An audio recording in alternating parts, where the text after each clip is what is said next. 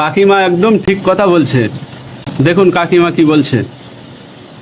আমরা ভিখারি নই, আমরা ভিক্ষা হাত পেতে ভিক্ষা নিতে চাই না। আমাদের গতর আছে, খেটে খাবো, ঠিক আছে? আমাদের দান চাই না, দয়া চাই না, ভাতা চাই না, আমাদের কাজ দাও।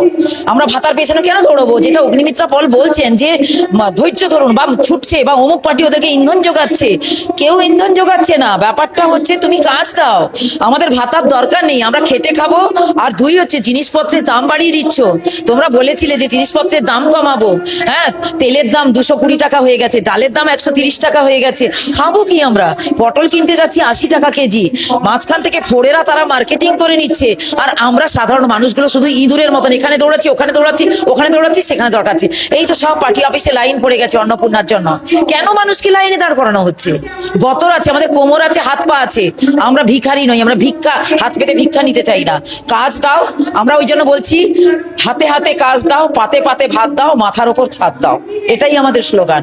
সব হাতে কাজ চাই, সব পাতে ভাত চাই, মাথার ওপর ছাদ চাই।